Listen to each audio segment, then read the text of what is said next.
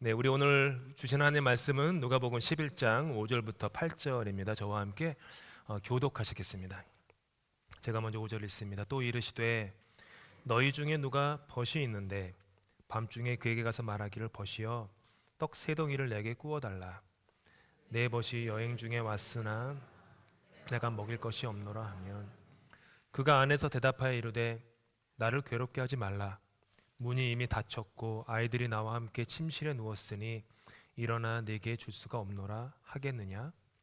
내가 너희에게 말하노니 비록 벗됨으로 인하여는 일어나서 주지 아니할지라도 간청함을 인하여 일어나 그 예고대로 주리라. 아멘.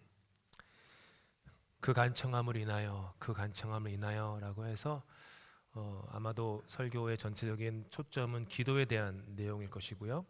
하지만 그 기도 밑바닥에 있는 메시지는 하나님과 우리의 관계, 하나님과 나 사이에 대한 내용이 되리라 생각이 됩니다.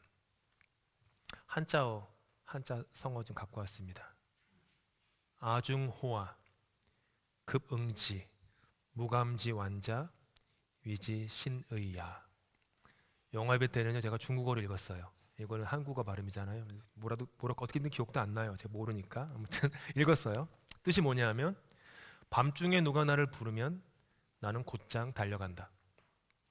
감히 늦추거나 머뭇거리지 않으니 그것을 신의라 한다.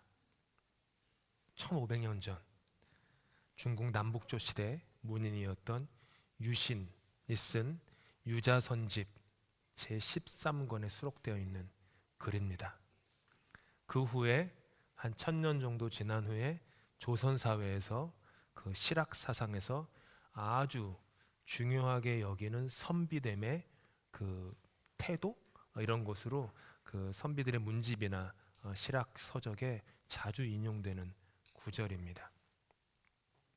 그렇다면 2000년 전 중근동 사회에서는 어떤 모습이었을까 한번 볼까요?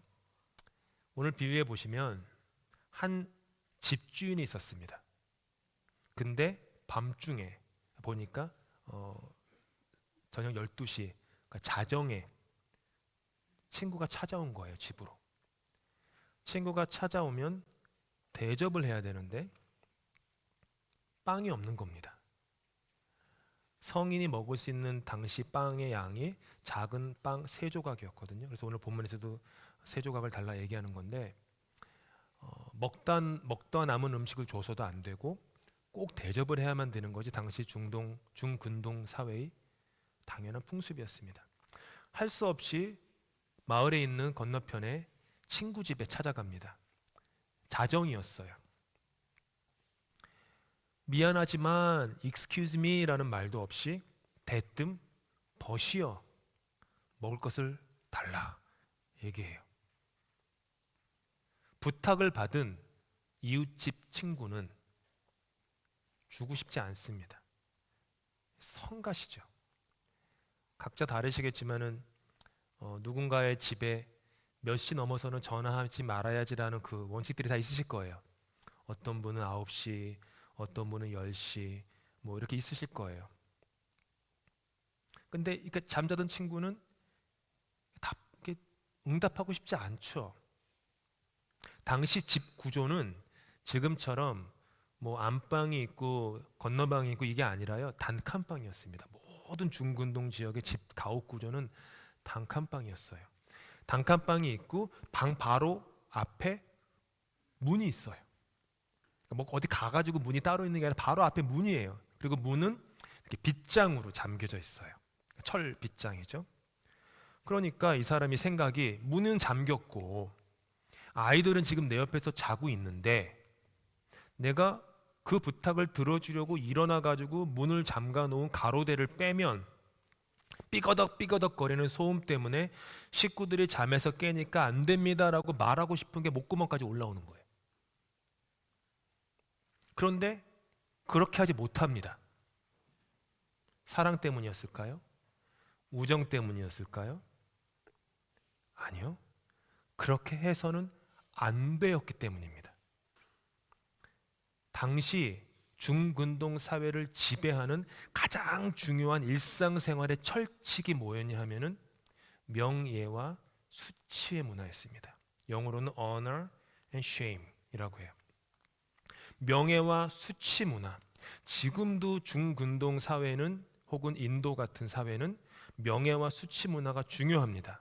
그래서 가문의 수치를 일으킨 자녀들에 대한 불미스러운 일들이 뉴스에 자주 나오는 이유가 그 사회는 명예와 수치가 목숨보다 중요한 거예요. 내 이름이 더럽혀지면 안 되는, 우리 가문의 이름이, 우리 집안의 이름이 조금이라도 흠이 되면 안 되는, 그게 굉장히 셌어요. 그래서 이 친구는 빵을 줄 수밖에 없지 않겠느냐라는 얘기를 하신 거예요. 우정 때문이 아닙니다. 사랑 때문이 아니에요. 예수님은 누가 그딴 식의 변명을 하겠느냐, 애들이 자니까 일어나가지고 빗장을 열면 애들이 깨니까 못 준다, 이렇게 어리석고 멍청한 변명을 할 사람 너희 중에 누가 있느냐. 그러면서 기도에 대한 다음의 핵심 구절을 제자들에게 말씀하십니다. 8절에 있는데요, 함께 윗부분에 있는 성경 구절만 읽습니다. 시작.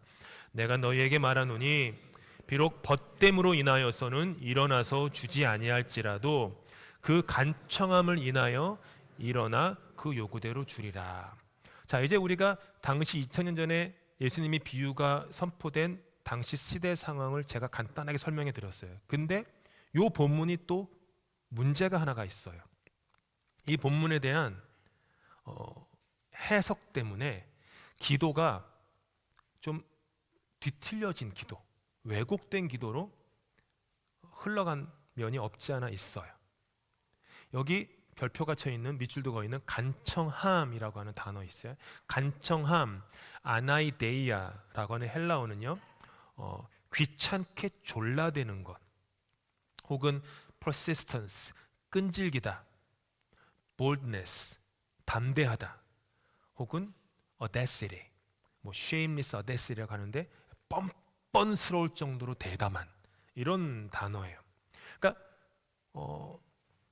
성경 보시면 아시지만 되게 간청함이라는 저 아나이데이아를 긍정적으로 번역을 했어요. 성경 번역가들이 1500년 전부터 번역을 하면서 긍정적인 의도로 이렇게 번역을 했죠.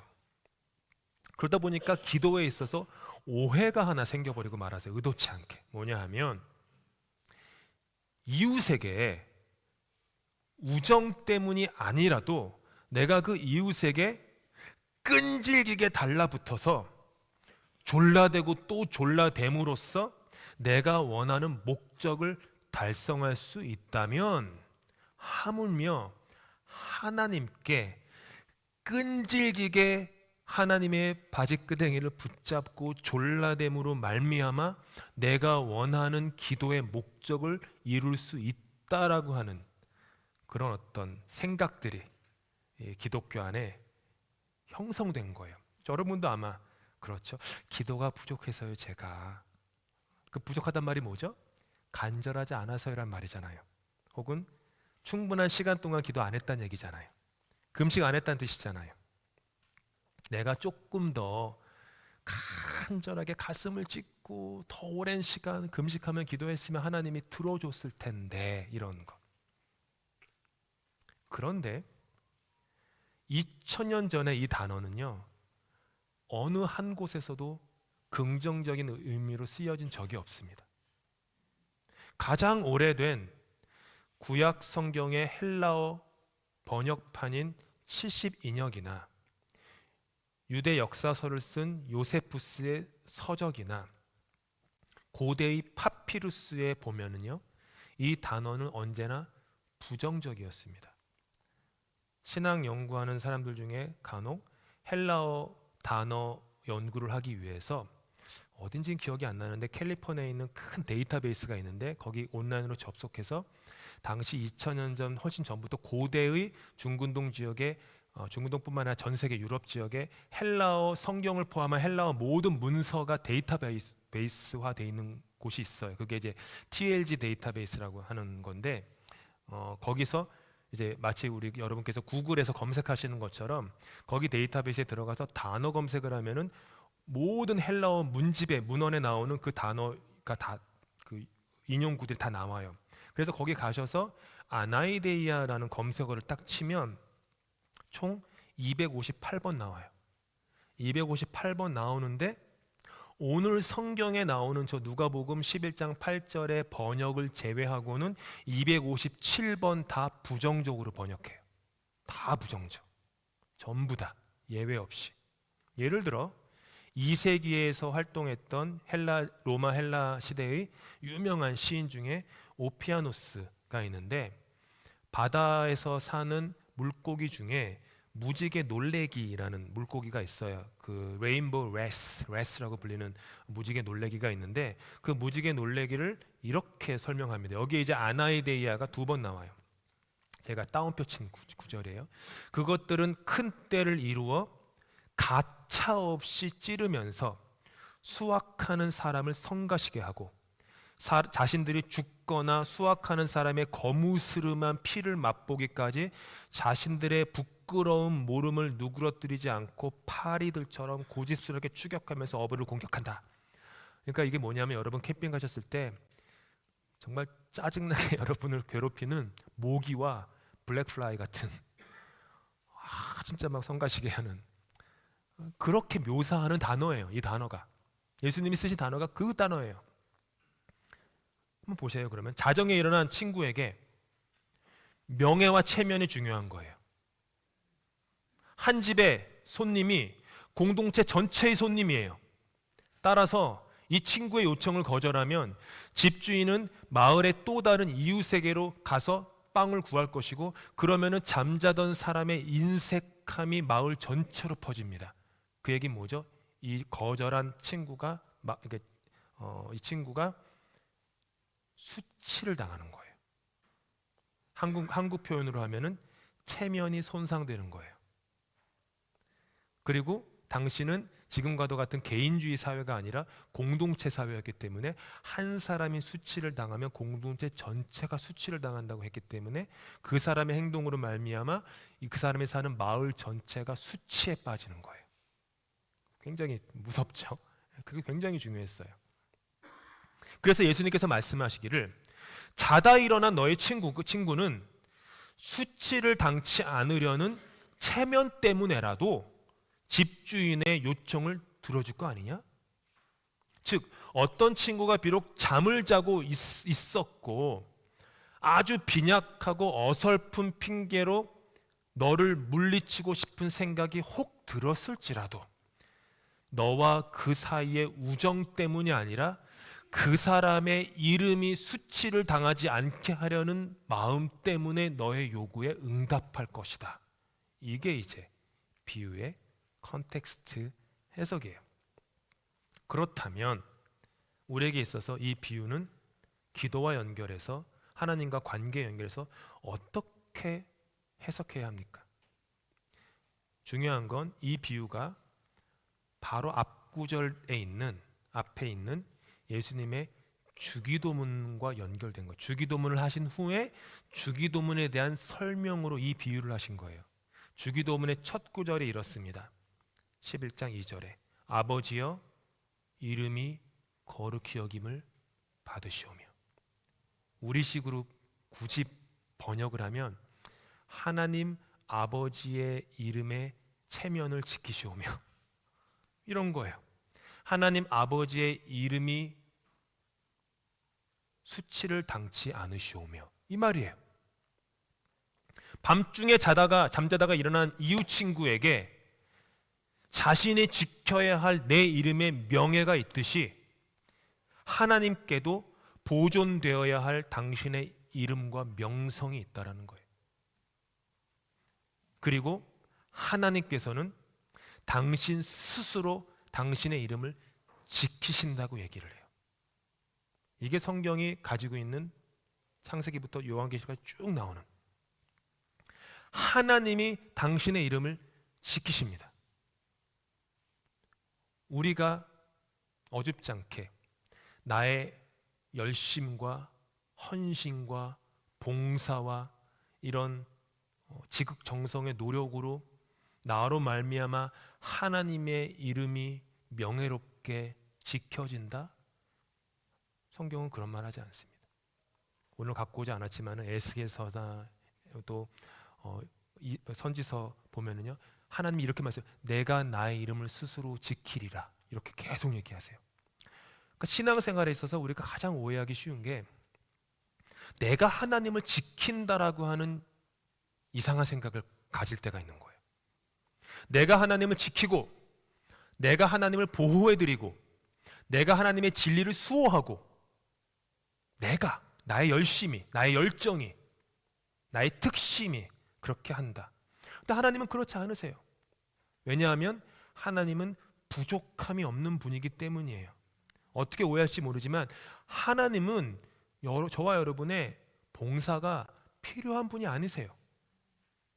봉사하지 말지 마세요. 하셔야 되는데, 우리가 하나님을 존재의 어떤 잔이라고 본다면, 하나님의 존재의 잔이 뭔가 부족해서 나의 땀과 눈물의 희생 물방울 하나가 하나님의 잔을 채워드리는 도움이 된다? No.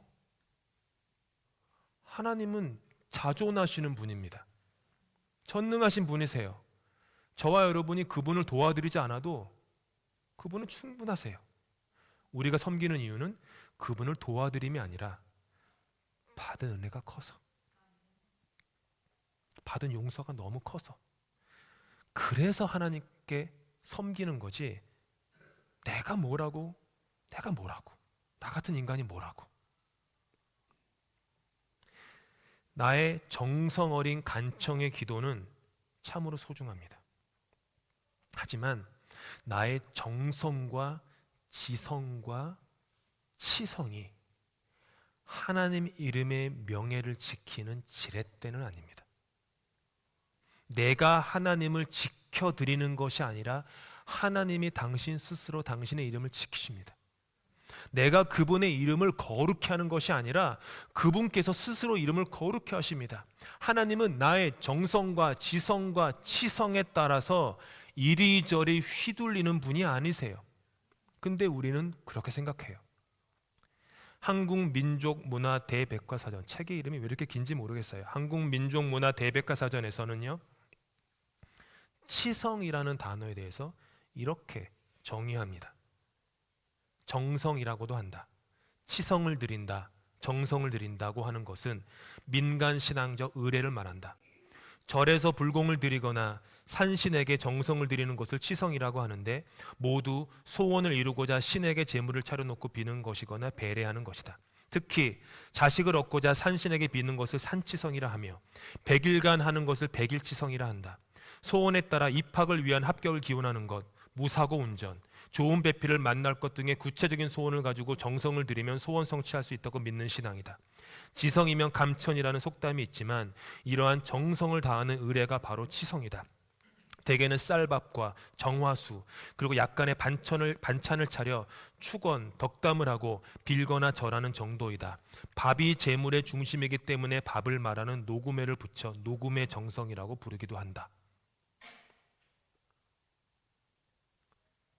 저와 여러분이 하나님께 드리는 기도가 하나님을 산신 정도로 여겨서 치성과 녹음의 정성을 드리는 기도를 하고 있지는 않습니까? 2000년 전 하나님을 믿지 않았던 이교도들이 잘 쓰는 말이 뭐냐 하면, 우는 아이가 어미젖을 얻는다라는 말을 했어요. 신에게 가서 울어라. 그러면 젖을 얻는다. 그러니까 가서 비나이다. 그러니까 우리를 포함해서 기독교가 욕망의 종교가 됐어요. 나의 욕망, 나의 탐심을 이루고자 주님께, 하나님께 가서 비나이다. 기도는 젖은 수건에서 더 많은 양의 물을 짜내는 나의 열심이 아닙니다. 나의 부족한 잔을 채우려고 어떻게든 물 한 방울이라도 더 짜는 게 아니에요. 하나님을 젖은 수건처럼 여기고 쥐어짜면서 주님께 강요하는 것이 기도가 아닙니다. 끈질기게 기도하는 것은요, 칭찬할 만한 마음의 자세입니다. 분명히 그렇습니다. 하지만 그렇다고 하여서 나의 기도가 하나님의 귀를 구부러지게 함으로 말미암아 하나님의 뜻을 나의 소원에 맞추어 구부러지게 하려는 기도가 우리의 기도여서는 안 됩니다. 예수님의 기도는 그러지 않으셨어요. 잡히시기 직전에 불과 몇 시간 전에 겟세마네 동산에 오르셔서 땀방울이 핏방울이 되도록 기도하셨어요. 정성을 다해 기도하셨어요. 정말로요. 여러분, 우리 누구도 땀방울이 핏방울 되도록 기도해 본 적이 없잖아요. 솔직히 땀방울이, 그러니까 사람이 마음에서요 진을 짜내면요, 의학용어로 제가 까먹었는데 의학용어가 있어요. 실제로 지금 현대 의학용어 중에 땀이 빨갛게 변하는 의학 증세가 나와요. 그 정도로 예수님이 신음하고 씨름하면서 기도하셨어요. 근데 그분의 기도가 어떻게 끝납니까? 마태복음에 보면 이렇게 나와요. 함께 읽습니다. 시작. 내 아버지여, 만일 할만하시거든 이 잔을 내게서 지나가게 하옵소서.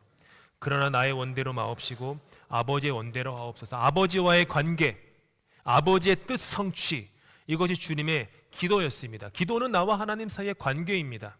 기도는 나의 욕심과 욕망을 이루기 위해서 하나님을 젖은 수건으로 여긴 채 최대한의 물을 얻어내기 위해 하나님을 쥐어짜는 게 아니에요. 끈질기게 요청하는 것이 초점이 아니라 자녀가 아버지 앞에서 그러하듯이 대담하고 뻔뻔하게 하나님을 사랑하는 관계가 기도의 핵심이라는 거예요. 요만한 자녀가 학교에서 자기보다 훨씬 큰 형이나 언니한테 그 bullying을 당한다고 생각해 보세요. 너무 등치가 큰 거예요. 어떻게 이겨요? 근데 여러분의 자녀가 학교에서 bully를 당하면, 근데 만약 그 여러분 자녀 옆에 아빠가 서 있는 거예요. 아빠가 있는 거예요. 그럼 이 자녀는 담대하게 자기를 괴롭히는 선배의 발 정강이를 가서 칠 수 있어요. 왜요? 얘가 강해서요? 여러분 자녀의 이름이 강하고 해서요? 아니요. 그 아이 옆에 있는 아빠 이름 때문에. 나 아빠 있어. 내 옆에 엄마 있어. 내 아빠 이름이 누구야. 자기보다 훨씬 큰 존재에게 가가지고요, 그냥 발로 걷어차요. 그럴 수 있어요. 담대해요. 뻔뻔해질 수 있어요. 왜요? 얘가 강하니까 이 안에 옆에 있는 아버지의 이름이 강하기 때문이에요. 이게 기도라는 거예요. 하나님과 우리 사이는 조르는 관계도 강요하는 관계도 아닙니다. 이웃이 자기의 명예를 위해 밤중에 찾아온 친구의 요청을 들어주었듯이 하나님께서는요, 여러분 안에 심어 놓으신 하나님 당신의 이름을 지키기 위해서 여러분의 삶을 지키십니다. 어느 누구에게도 빼앗기지 않으십니다. 해하지 않게 보호하십니다. 여러분 때문이 아니에요. 여러분의 지성과 치성과 정성, 지성이면 감천이라고, 여러분의 지성이 하늘을 감동시켜서 No! 여러분 안에 있는 당신의 이름이 명예롭게 하기 위해서. 얘 내 아들이야. 얘 내 딸이야. 근데 어디서 왜 얘한테 뭐라 그래? 왜 얘한테 해코지해? 그거예요. 그래서 우리는 기도하면서 담대할 수 있어요. 뻔뻔스러울 수 있어요. 기도는 따라서 하나님을 변화시키는 게 아닙니다. 기도는요, 나를 변화시키는 거예요. 기도는. 이사야서 9장 7절 마지막으로 읽고 설교 마칩니다. 만군의 여호와 열심히 이를 이루시리라. 기도 가운데 여러분의 열심이 아닌 하나님 아버지의 열심을 바라보십시오. 나의 열심이 아닌 하나님의 열심이 모든 것을 이루시는 것입니다. 나의 연약함과 깨어짐에도 불구하고 나는 하나님 앞에서 뻔뻔스러울 수 있습니다.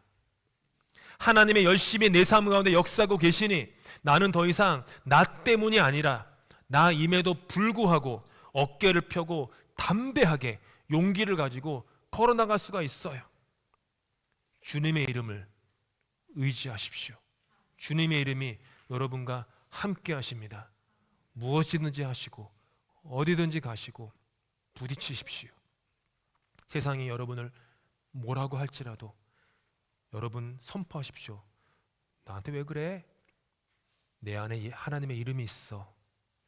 그 당당함을 갖고 뻔뻔스러운 대담함으로 이 땅을 거침없이 걸어가는 저와 여러분, 이 교회 될 수 있기를 예수님을 축복합니다. 기도하시겠습니다.